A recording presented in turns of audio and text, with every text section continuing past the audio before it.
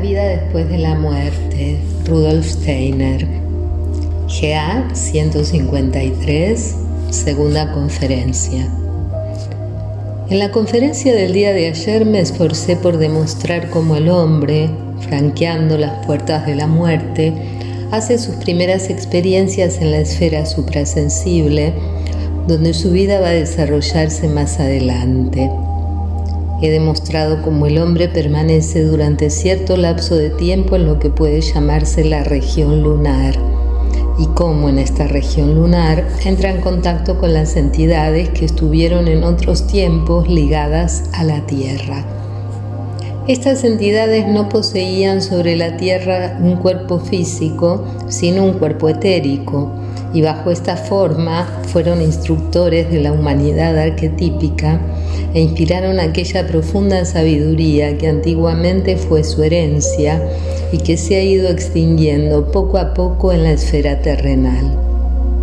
Cuando la luna física se desprendió de la Tierra, estas entidades se alejaron igualmente con ella de nuestro globo y actualmente su existencia sigue en la luna.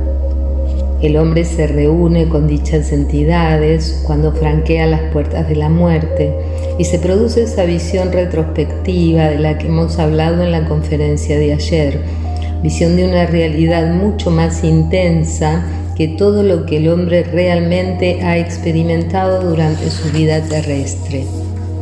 He dicho también que el hombre, después de haber permanecido el tiempo necesario en la región lunar, pasa a la región de Mercurio.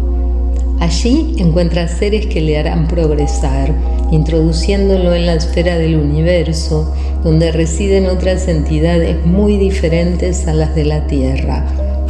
Por lo tanto, el hombre pertenece a esta esfera del universo, entre la muerte y un nuevo nacimiento, así como pertenece durante su vida terrestre a la esfera y la actividad de la Tierra. Permítanme, queridos amigos, proseguir con el día de ayer. Partamos del hecho por el cual el hombre, cuando pasa por la muerte y por un lapso de tiempo extremadamente corto, su ser está en los elementos: la tierra, el agua, el aire y el fuego.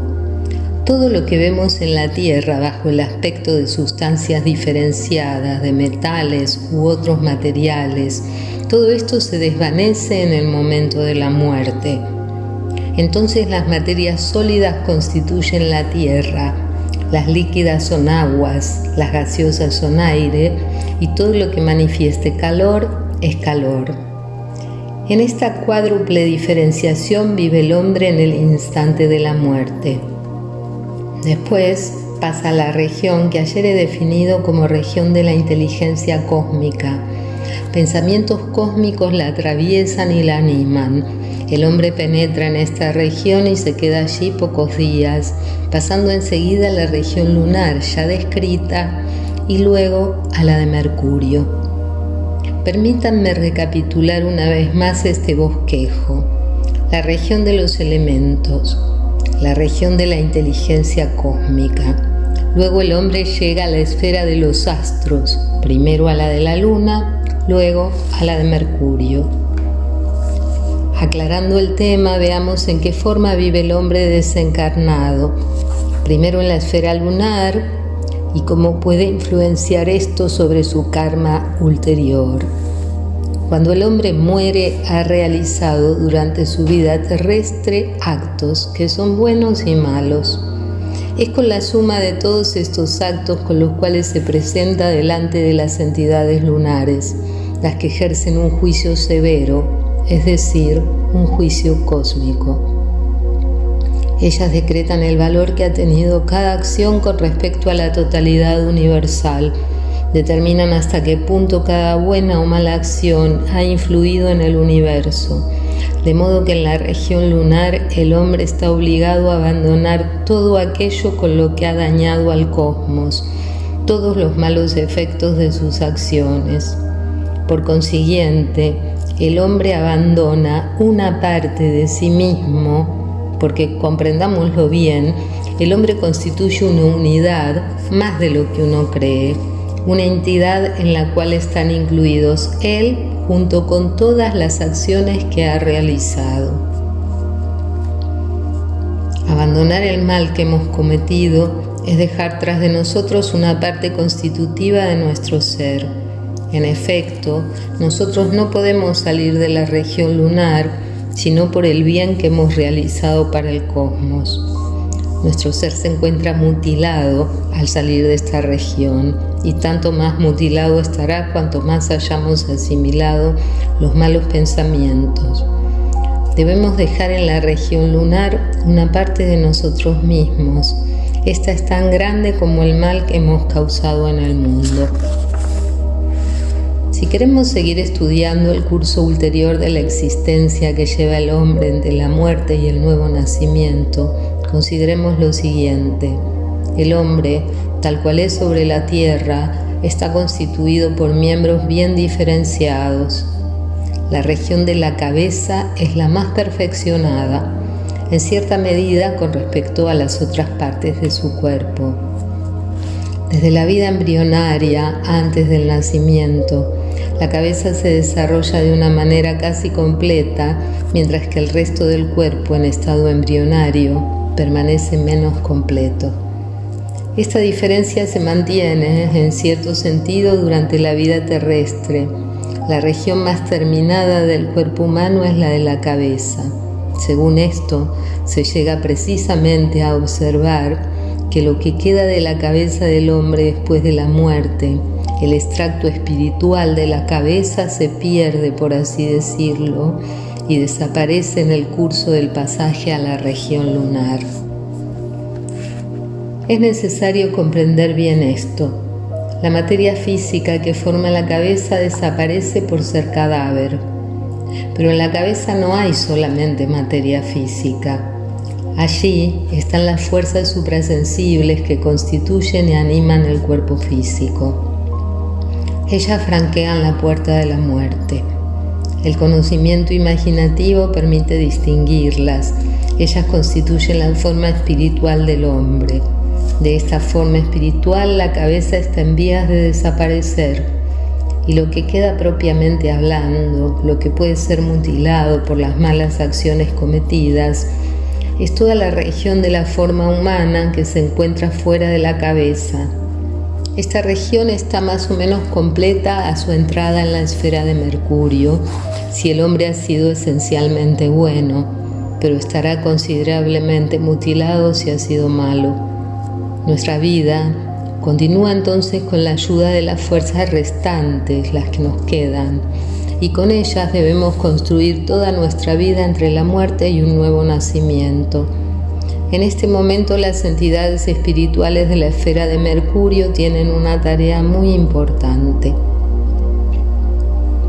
Esta forma humana acéfala, comprendido el real significado de la expresión, se encuentra entonces en presencia de entidades que jamás han tenido cuerpo humano, porque nunca aceptaron estar en una estructura humana. Las manchas morales del hombre han quedado en la región lunar, pero lleva el efecto de sus enfermedades, los estados de salud que ha tenido durante su existencia terrestre. Sucede allí una cosa muy importante y significativa, algo que sorprende y asombra hasta el más alto grado al que hace la experiencia en esta región. El ser humano ha sido purificado de sus manchas morales en la región de la luna, pero debe llevar con él hasta la región de Mercurio los resultados espirituales de todas sus enfermedades. Allí, las entidades que no han sido jamás hombres liberan al ser humano de estas consecuencias. Es un hecho que debemos observar atentamente y es algo extraordinariamente importante. Las enfermedades y sus resultados espirituales son borrados del ser humano en el curso de su pasaje por la esfera de Mercurio. Cuando pasamos esta esfera, empezamos a comprender cómo lo físico y lo moral se interpenetran en el mundo de los astros, es decir, en el mundo de los dioses. Las manchas morales no pueden entrar en el mundo espiritual. Ellas quedan, por así decirlo, de aquel lado de su umbral en la región lunar que está particularmente próxima al hombre porque sus habitantes han vivido entre nosotros.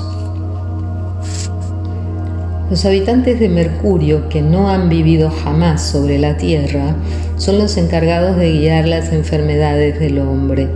Estas se ven fluir hacia el cosmos espiritual y sus resultados espirituales, al ser como aspirados por la extensión del universo, se precipitan al seno de dicha extensión y son absorbidos como con una especie de satisfacción y agrado. El ser humano que hace esta experiencia entre la muerte y un nuevo nacimiento recibe por primera vez una impresión puramente espiritual, ofreciéndole tanta realidad como las impresiones terrestres.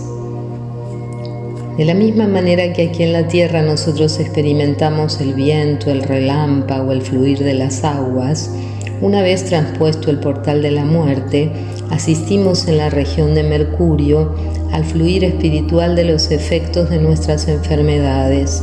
Las vemos aspiradas por los seres espirituales y la impresión que despierta en nosotros puede expresarse así: ahora, oh dioses, estamos reconciliados. Por el momento solo hacemos alusión a estas cosas.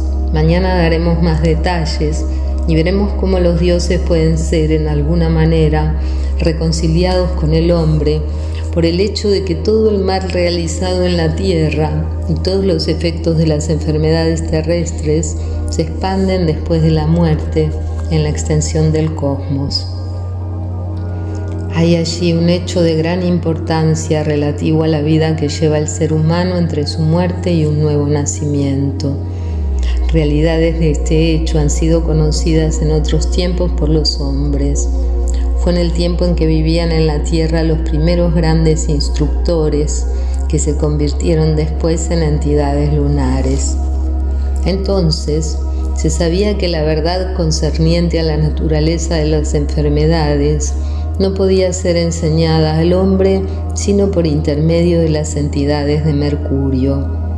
Es por esto que todo arte de curar, toda ciencia médica, era secretamente guardada por los misterios especiales, los misterios de Mercurio. En esos misterios no se tenía por maestros a hombres como los que se tienen en nuestras universidades actuales. Eran en realidad seres espirituales superiores descendidos de la región de los astros que obraban a través del culto practicando en esos misterios. Los dioses, ellos mismos, eran entonces los instructores de los hombres y la antigua medicina no fue más que la sabiduría exactamente proporcionada por las entidades de Mercurio. Ella era considerada por los hombres como un presente de los dioses. Todavía en nuestros días todo lo que en nuestra terapéutica es realmente fecundo proviene de las épocas antiguas y aparece como el reflejo supremo de lo que han enseñado los dioses de Mercurio. La ciencia médica del porvenir tendrá que volver a encontrar nuevamente los métodos que pongan a los hombres en contacto con los dioses a fin de ser instruidos por ellos. La sabiduría antigua es reemplazada y olvidada. Debe ser encontrada una nueva sabiduría basada, como en otros tiempos, en la relación del hombre con los dioses. Es la yoga que se impone la antroposofía en sus ámbitos más diversos. De la región de Mercurio el hombre pasa a la de Venus. Las entidades que se encuentran allí están todavía más distantes de los seres terrestres que los habitantes de Mercurio. Lo que el hombre lleva de sí hasta esta región no puede continuar su ascensión hasta después de ser transformado por las entidades de este planeta. Esto solo es posible porque el hombre, al ir a la región de Venus, penetrará en un elemento completamente diferente. Durante nuestra vida terrestre damos gran importancia a todo lo que poseemos, sean ideas, conceptos o representaciones. ¿Qué sería el hombre sobre la tierra si no tuviera sus ideas y sus representaciones? Los pensamientos que son capaces de sostener la existencia humana son a nuestros ojos de gran valor. y porque tenemos pensamientos de cierto valor, es que hoy se nos atribuye alguna inteligencia. Hoy la inteligencia es una cosa primordial, y aun cuando no todos los hombres son inteligentes, en nuestra época es un hecho que toda la existencia terrestre depende de que todos los seres humanos tengan pensamientos. La grandiosa técnica actual ha surgido del pensamiento humano, y todo lo que el hombre realiza de bueno o de malo en la tierra ha sido engendrado por éste. Los pensamientos guardan sus efectos para la fase lunar, en principio porque las entidades de esa región juzgan el resultado de nuestros pensamientos, los cuales fueron los creadores de nuestras buenas y malas acciones. Los seres de Mercurio aún juzgan a través de los pensamientos las enfermedades que han eliminado del hombre, pero allí se encuentra en cierto sentido el límite, más allá del cual todo lo que se refiere a la inteligencia humana, incluidos los pensamientos, pierden su significación. Desde que se llega a la región de Venus, se ve reinar únicamente el amor, lo que nosotros solo conocemos en la Tierra como un reflejo. Allí, el amor, por así decirlo, releva a la sabiduría. Se entra en la región del amor y es solamente en la medida que el amor lo guía que el hombre puede ser llevado más adelante para ser transportado de la esfera de la sabiduría hacia la existencia solar. Seguramente, queridos amigos, una pregunta aflorará en vuestras almas. ¿De qué manera el hombre terrestre puede tener la experiencia de estas cosas? Ustedes habrán leído uno de mis libros, Cómo se alcanza el conocimiento de los mundos superiores. Allí está la descripción de ciertos ejercicios en la esfera del alma, a través de los cuales el hombre llega progresivamente a experiencias de orden espiritual. Al principio, cuando se adquiere la conciencia imaginativa, se revé espiritualmente la vida entera hasta el nacimiento, como en una gran imagen. Esta experiencia, que es natural después de la muerte, se hace a cada instante en la vida por efecto de la iniciación, pero dicha experiencia, a medida que se aproxima a la inspiración, se trasluce a través de la imagen retrospectiva de nuestra vida. Esto es muy importante. A decir verdad, no se puede hablar del conjunto de estos misterios sino cuando se ha llegado a cierta edad. Se puede ser iniciado en cualquier época de la vida, pero para adquirir un conocimiento completo del conjunto de los misterios cósmicos es necesario llegar a una edad determinada. He aquí la razón. Cuando se contempla retrospectivamente la imagen de nuestra vida, vemos que se compone de periodos sucesivos de 7 años cada uno. Primero se ve el nacimiento hasta el 7º año, después un segundo periodo que se extiende desde los 7 a los 14 años, luego un tercer periodo que se extiende de los 14 a los 21 años, viniendo enseguida un periodo que abarca desde los 21 a los 42, y finalmente 3 periodos, uno de los 42 a los 49, otro hasta los 56 y finalmente hasta los 63 años. Estos periodos se observan uno a continuación del otro. Durante el primero se observa todo lo que se ha experimentado hasta la segunda dentición.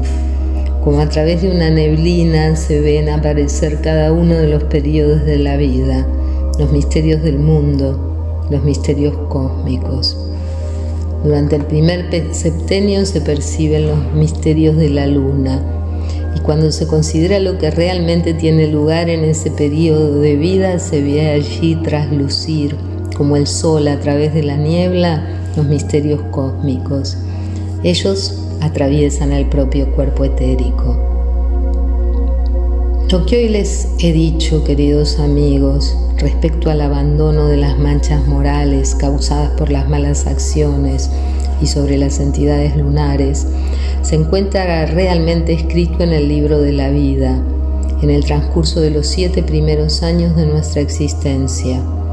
Para conocer estos secretos, basta dirigir a la propia infancia una mirada de imaginación, de inspiración y de intuición. Tenemos entonces que la vida tiene 7 capítulos sucesivos. En el primero, que abarca nuestra primera infancia, se encuentran los misterios de la luna. En el segundo período, que va desde la segunda dentición hasta la pubertad, los misterios de Mercurio. Este es el período en el que los niños van a la escuela, y es bien sabido por los médicos que esta época es cuando los niños tienen las enfermedades infantiles. Es la época más sana de la vida y las defunciones son mínimas con respecto a la mortalidad general de la humanidad.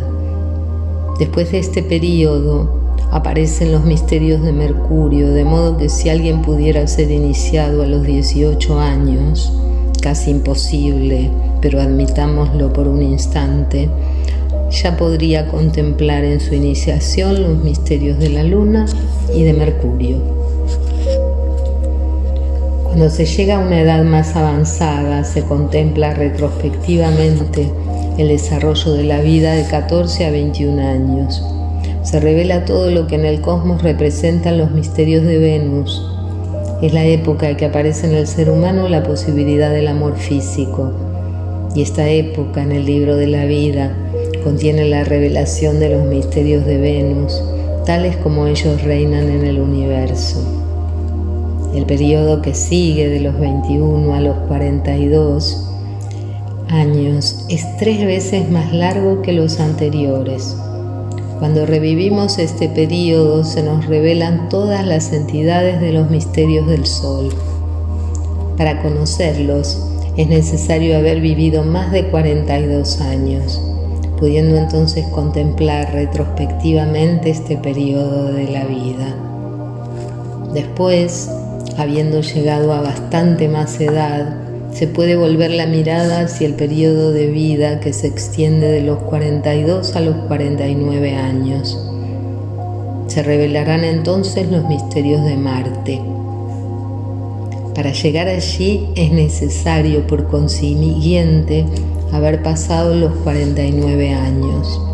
Cuando se ha superado esta edad, puede uno observar retrospectivamente los misterios de Júpiter, habiendo pasado los 56, y cuando se han alcanzado más de 63 años, se describe del Consejo de los Diócesis el permiso de revelar también los misterios de Saturno. Hoy nos es permitido hablar de ellos. Ustedes ven, mis amigos, que a medida que transcurre la existencia que conduce al ser humano de la muerte a un nuevo nacimiento, este último se eleva cada vez más sobre las condiciones que lo rodean antes de su vida terrestre. Él se sumerge en las esferas donde todo es diferente, y ahora que hemos descrito la manera por la cual se llega a esas verdades por la iniciación, podemos seguir el examen de nuestras condiciones sucesivas. Nuestro crecimiento en el mundo espiritual nos permite tomar contacto con las entidades que son cada vez más elevadas. En la región de la Luna nos encontramos con las entidades que habían vivido en nuestra Tierra y también con las entidades que nos conducen de encarnación en encarnación. Son aquellas que he mencionado en mis libros con el nombre de jerarquía angélica, de acuerdo al antiguo término cristiano. Cuando se dirige una mirada retrospectiva sobre nuestra primera infancia, haciendo la experiencia como iniciado, se contempla lo que ha sido la acción del mundo de los ángeles sobre el hombre. Verán con qué maravillosa hermosura ciertas verdades espirituales se revelan al corazón de los hombres, hasta los más simples, pues estas verdades son al mismo tiempo de la más alta sabiduría iniciática. En efecto, cuando se estudia la región de la Luna y revemos la primera infancia, lo que contemplamos es la vida activa del mundo de los ángeles. En esta época en que las fuerzas más enérgicas se afirman en la infancia, es decir, cuando el niño llega a la edad escolar, vemos obrar a los arcángeles. La acción de los arcángeles se manifiesta en el mundo de Mercurio. Estar en esta región planetaria es hallarse en el mundo de los arcángeles, y cuando con su visión retrospectiva revive el tercer periodo de vida, que va desde los 14 a los 21 años, ve aparecer los misterios de Venus, conociendo entonces cuáles son las entidades principalmente ligadas a esta región, es decir, las entidades de la jerarquía de los arcados o fuerzas arquetípicas. El iniciado contempla entonces una verdad que lo sorprende en alto grado, ve actuar a las entidades que están ligadas al mundo de Venus y que se manifiestan en la vida humana después de la pubertad. Constata que dichas entidades son las fuerzas arquetípicas del comienzo del mundo. Estas fuerzas arquetípicas ligadas a la creación del cosmos siguen todavía activas como un reflejo en la creación del ser humano físico a través de las generaciones. Así se manifiesta la gran conexión entre el cosmos y la existencia del ser humano. Luego se llega a la contemplación de los misterios del Sol. ¿Qué es el ser solar para los físicos actuales? Un globo de gas incandescente donde arden los gases que expanden el calor y la luz. Esta es una representación demasiado infantil para los ojos del conocimiento espiritual, pues los físicos estarían muy sorprendidos si alguna vez se pudiera llegar a organizar una expedición al Sol, encontrándose con cosas muy diferentes de lo que habían imaginado. Aquellos que se aventurasen hasta allí no serían devorados por las llamas, porque el Sol no es un mundo gaseoso, sino que serían destrozados y por el efecto de esta acción quedarían desfigurados. Queridos amigos, veamos lo que hay realmente en este lugar donde nosotros vemos al Sol. Sobre la Tierra, cuando se camina en un ambiente, se encuentran obstáculos contra los cuales se puede chocar: sillas, mesas, personas. Lo que caracteriza la habitación donde estamos reunidos es que ciertas partes del espacio están ocupadas por las sillas y los oyentes, las otras están vacías. Si se sacan las sillas y los oyentes, no queda más que el espacio vacío. Sin embargo, el espacio del universo es más vasto aún. Hay cosas que no se conocen sobre esta tierra, pero que deben conocerse en el seno del vasto universo. Allí, el espacio puede volverse vacío por sí mismo, de tal manera que no haya más espacio. Tomemos como ejemplo el agua de Cels. Hay en ella pequeñas burbujas que son menos densas que el agua, y entonces son estas las que se ven y no el agua. De igual manera, si se mira a través del espacio no se ve nada, pero allí donde se ve el Sol hay todavía menos espacio. Imagínense que el espacio mismo no existe más. Es evidente que si se penetra en este vacío total, uno sería absorbido y desaparecería. Allí no hay nada. Hay lugar para todo lo espiritual. Nada físico, ni siquiera espacio. Así, allí es donde está el ser solar. Tal es el Sol en realidad, y los físicos al saberlo estarían muy sorprendidos. Solamente al borde de ese espacio se encuentra algo análogo a las hipótesis de los físicos: gases incandescentes que constituyen la corona del Sol. Pero en el interior, nada físico, nada espacial. Solo existe puro espíritu. Allí dentro se encuentran las tres jerarquías con estos seres: Exousiai, Dinames, Quiriótetes. Ellas están presentes en el seno de la existencia solar, y después de haber pasado por la esfera de Venus, entramos en esta región de las jerarquías. Cuando se tiene más edad, revivimos el periodo de nuestra vida que se extiende desde los 21 a los 42 años, encontrando allí, en cierto sentido, un reflejo del esplendor solar. Entre las jerarquías Exousiai, Dinamis, Quiriótetes, pasamos el periodo más largo de nuestra existencia espiritual entre la muerte y el nuevo nacimiento. Mis queridos amigos, Cuando el hombre penetra en la región solar, todo a sus ojos se vuelve muy diferente a lo que estaba habituado a ver en el mundo terrestre.